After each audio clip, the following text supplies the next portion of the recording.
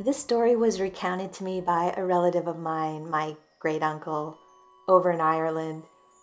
He was out hiking the Mourne Mountains in late summer 1993 or 94. It was hot, and after spending the best part of the afternoon negotiating a particularly rocky hill, he had decided to rest for a while and have a spot of lunch along with a cool drink of water. As he sat upon a rock musing on whatever madness had driven him to take this particular route, a bright ball of light fell from the sky and hovered above a rocky outcrop on the crest of a dauntingly steep hill. It hovered there for a while and took on the hues of a rainbow before disappearing in a shower of multicolored lights. Startled, but with his interest fully piqued, my uncle set off towards the area where the light had been, all thoughts of ham, cheese, and pickles forgotten.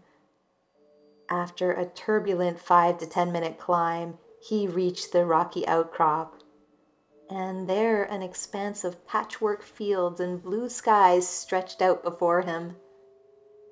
Distracted for a brief second by the timeless and beautiful vista, he stared out and drank in the view, at the shadows of clouds playing chase through the ripening seas of barley below, and thought about what he had witnessed. There was no sign of the mysterious light he had seen earlier, but his eyes and ears were drawn to the ground, and there, to his horror, he saw something that would stay with him till the end of his days. My uncle passed in 2021. He saw two filthy-looking creatures dressed in crudely stitched leather clothes despite the summer heat, with gray matted hair and faces the color of chestnuts, impossibly wrinkled. They were a male and a female, humanoid, and both around 8 inches tall. The male was busily and deftly cutting around the edges of my uncle's shadow with a pair of ancient-looking scissors and rolling it up as you would a carpet. The female was angrily chirping and chattering at the male, who looked suitably put out and cross, possibly at the audacity of my uncle's shadow to fall across their rocks. Horrified, my uncle shouted out, and the two little people looked at each other and then promptly vanished. My uncle turned tail and bolted back down the hillside, oblivious to the fact that one slip or misstep would spell a very bumpy and messy demise. He got to the bottom of the hill and, panting for breath, took stock of what he had just witnessed. The treacherous and speedy descent appeared to have left his right leg numb, and at the time he assumed he had sprained it or jolted the bones during his frenzied descent. But, do you know, that leg never got any better, and it troubled him and was always really cold to the touch for the rest of his days. Oddly, or perhaps not, it was this leg's shadow that the angry little man had been cutting around and rolling up. I miss my uncle. He was full of stories about the little folk, which I will happily share with you and your wonderful channel. He was always very happy to recount his stories, and I know he would be delighted to have them told here. I suppose the lesson within this particular story, if there is one, is to always make sure your shadow behaves itself, and never let it fall across anywhere a fairy might call home.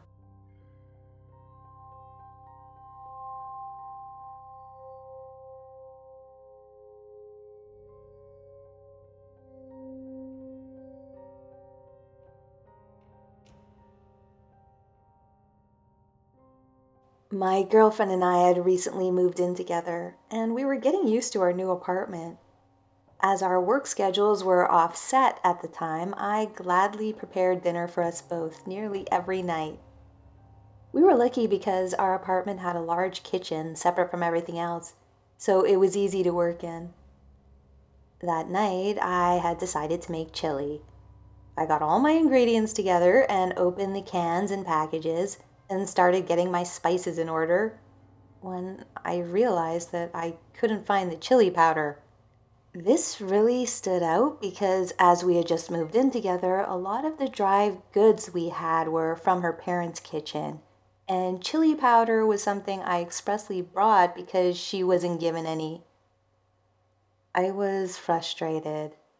I'd already opened all these cans and a package of beef, and I was sure as hell going to make chili. I ransacked that kitchen. When I say that, I don't mean I looked everywhere. I actually took all the contents out of every cupboard and the refrigerator and lined them up on my kitchen table. No chili powder anywhere. Now, I'm a fairy agnostic. I don't believe there are literal fairies, but I do dispute socio-psychological explanations for them, like Jung's, for example. I think that fairies are something more in the middle, like they're real enough if we're talking about them. Otherwise, there is no fairy tradition in my family. I'm Finnish Canadian.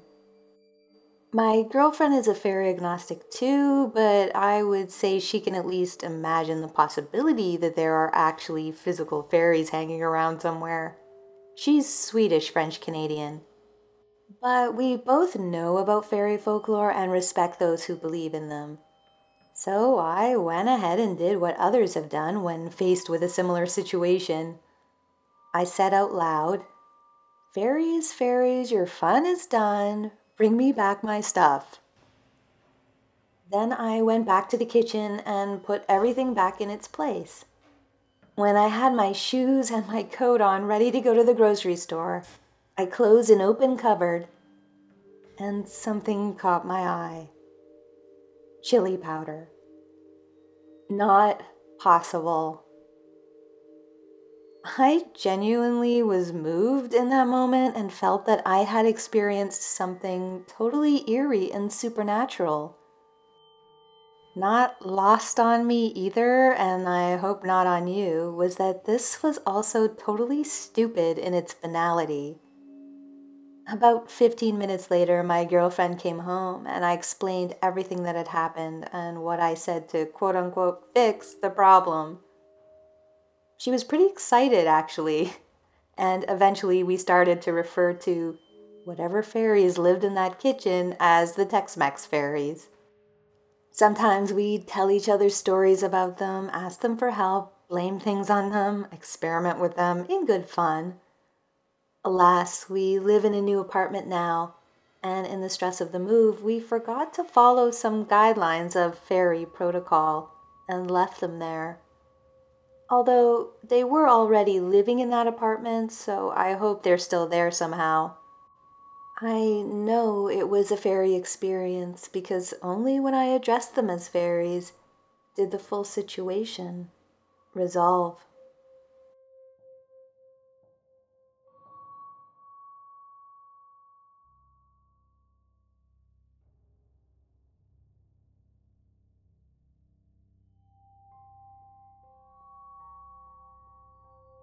I work with fairies. I leave offerings for them in my garden or in nature. Coins, food, shells, old jewelry, things like that. My boyfriend leaves offerings in our kitchen. I'm not crazy about inviting the fairies into our home, as they can be quite fickle. But we hadn't had any problems. That is, until the fairies started mimicking our voices. My boyfriend has a very specific whistle he does for our cat. One day I was in the shower and I heard his whistle. I knew my boyfriend was at work, so I thought it was quite odd. I turned off the water and shouted, "Hello?" from the bathroom. No one responded, so I shrugged it off and got back in the shower. Then I heard the whistle 2 more times. I got out of the shower and no one was there. but my cat was staring at something I couldn't see and following it with his eyes, moving through the living room.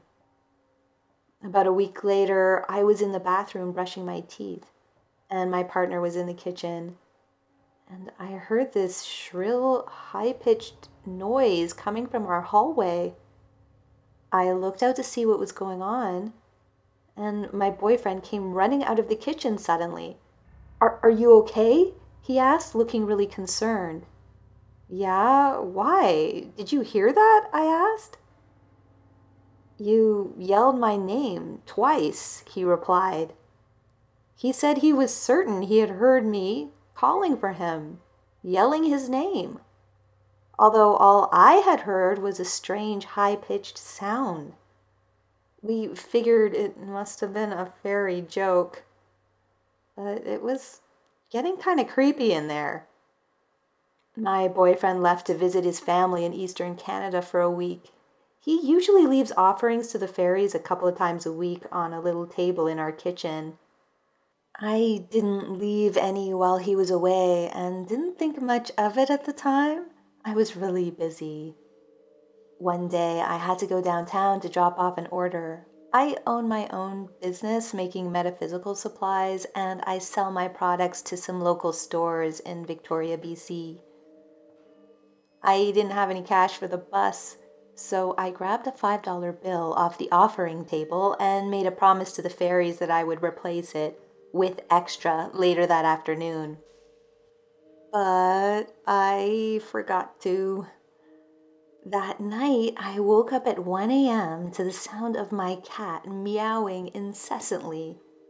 It sounded like he was right beside my face, and our cat never comes into the bed. I looked up and my cat was sound asleep in the hallway. I thought it was strange, but figured I had woken halfway through a dream or something and went back to sleep. Then it happened 2 more times. The last time, my cat sounded like he was in distress, so I jumped out of bed and ran to him. But he was still sound asleep. At that point, I knew it was the fairies. I remembered that I had made a promise to them that I hadn't fulfilled. But I was so tired, I asked them to stop and promised that I would replace the money and leave some sweetbread in the morning. The energy in my bedroom was heavy. They felt angry. But I was so tired and half asleep, and I had to work in the morning. I woke up again later to the sound of my own voice in the kitchen. As I woke from sleep, groggy, I realized it was my voice I was hearing. They were mimicking my own voice. "Stop!" I yelled. Everything went silent for a few minutes, but then I heard my own voice again, but this time louder. It was so strange and eerie to hear my own voice speaking in another room. I couldn't make out what the voice was saying, but at that point I'd had enough. I remembered reading somewhere that the fairies do not like Archangel Michael, so I prayed to him to protect me. Immediately after, I heard the same shrill, high-pitched sound that I'd heard before, and felt a sharp pressure in my head. Then, all of a sudden, it was gone. The heavy feeling in my room lifted, and I knew the fairies had left. I was able to fall back asleep then peacefully. That morning, I left sweetbread and replaced the $5 bill. I also left a few extra coins on the offering table and thanked Archangel Michael for helping me. But I did learn my lesson. I will never break a promise to the fairies again.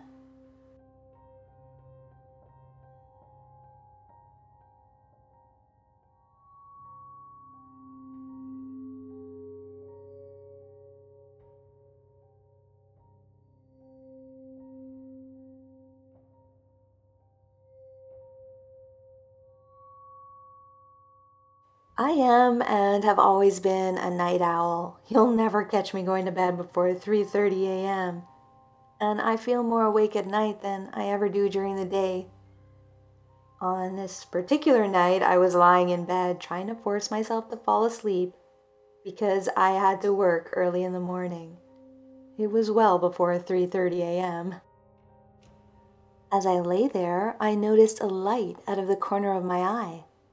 When I directed my gaze to it, I saw a small fluorescent pink light, about as big as my hand, flitting about around a shelf on my bookcase.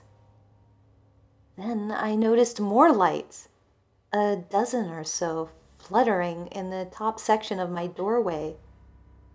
I sat up to get a closer look to figure out what could be causing these lights.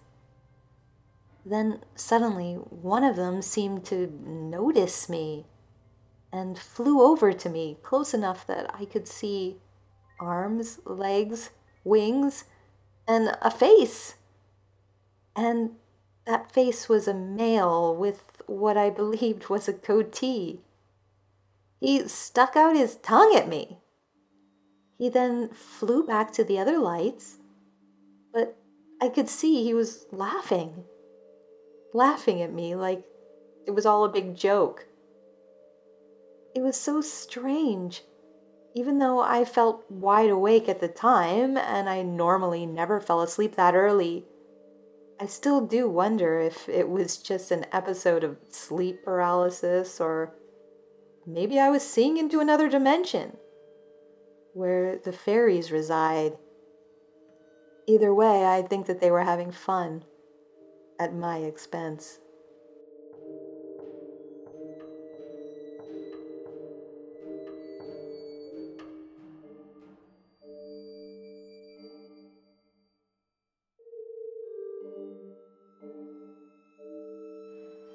When I was a kid, I briefly stayed in an old boarding house. While there, my friends and I played around with a Ouija board. A terrible idea, and did not shut it down properly. We were young and frankly had no idea what we were doing.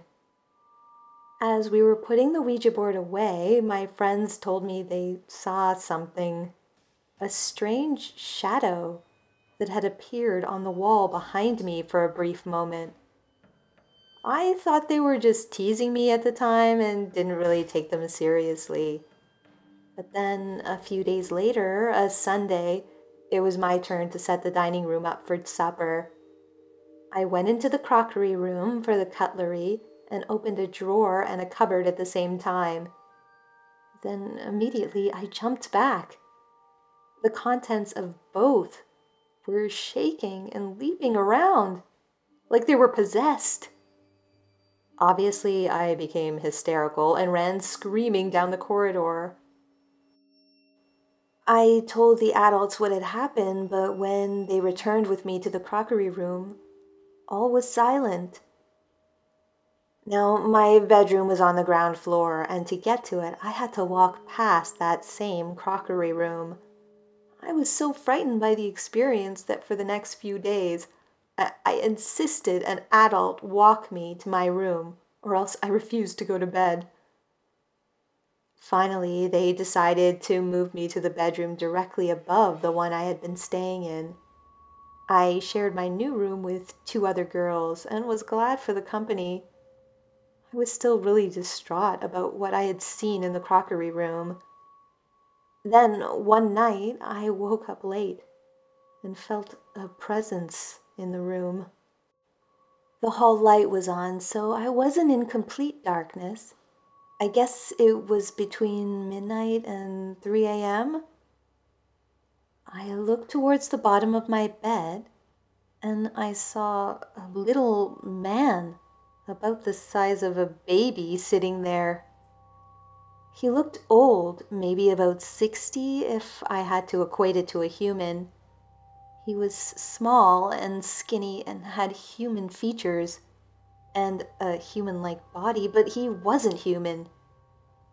He was sitting there on the edge of my bed, swinging his legs like he was on a swing. His head was turned to the left, looking at me.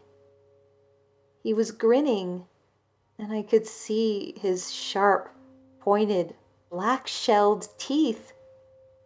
He had pointed, chiseled features, an olive-colored skin, pointed ears, and a dirty, furrowed forehead. I'm unsure how long he sat there before moving. I couldn't scream out. I was frozen with fear, but I know I was wide awake. I remember him leaping off my bed and then sort of drifting up to me. He grinned at me, pointed a finger at me. The pigment of the pointed nail was black, and it didn't appear to be dirt. And then he disappeared into my bedside cabinet. I don't know whether my experience with the Ouija board had anything to do with it. Actually, at the time, I didn't even know what a Ouija board was. It was a friend of mine who knew about them and suggested we play the game. So it wasn't the power of suggestion that made me see the little man. To this day, some 34 years later, I am adamant that I saw these things. 5 years ago, some 29 years after this happened, I went back to the boarding house that this happened in. It's since been converted into a hunting lodge, and I was chatting to the lady owner. I happened to tell her about my experience, and she got very silent, and then said she knew the place was haunted, but didn't like to talk about it. I think I know what's haunting that place. I think that the little man I saw was a fairy, even though I had always imagined fairies to look like those in the Flower Fairies books prior to my sighting of him. I have since learned that fairies are not always nice beings. They can be dangerous.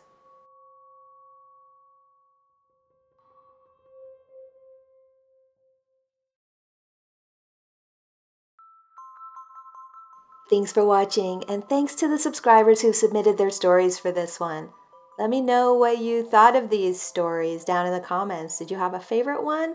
I'll be there joining the discussion today, answering questions and reacting to comments and suggestions for future content. If you have a story to share, you can check out my website at scaryfairygodmother.com. Link in the description. It has a spot where you can submit your stories, comments, questions, or suggestions. You can also sign up for my mailing list there. It's free to sign up. If you do submit your story or have submitted it in the past and I haven't narrated it yet, that doesn't mean I won't. It often takes me a while to get to all the stories. So if you do submit, eventually you probably will hear your story on this channel. I'm really trying to get to them all. So thank you so much for taking the time to share it. If you're a fairy artist, writer, YouTuber, musician, or any kind of fairy creator and would like to be featured on the community post sections of my channel, please send me a sample of your work, as well as your social media links, and a brief bio where you talk about why you were inspired to make art related to fairies. My email is in the description, but please put fairy art in the subject line. As always, special thanks to all my supporters on Patreon and anyone who has joined the channel, made a one-time donation through PayPal or Ko-fi, or made a donation through the thanks button, which you can now find below this video. I really appreciate you guys so much and the support you are giving this work. If you like this content and would like to support it, please check out my Patreon page and all of the other support options in the description below and choose the one that's right for you. The stories in this video came courtesy of subscribers and the Fairy Census, so thanks to everyone who submitted. The stories were edited for dramatic and narration reasons, but if you would like to read the original Census stories, please find the link to the Fairy Investigation Society in the description below. Please leave a comment, like, share, and subscribe if you're new. All of these things really help the channel. And hit the bell to receive notifications of new videos. And until next time, this has been a visit from your scary fairy godmother.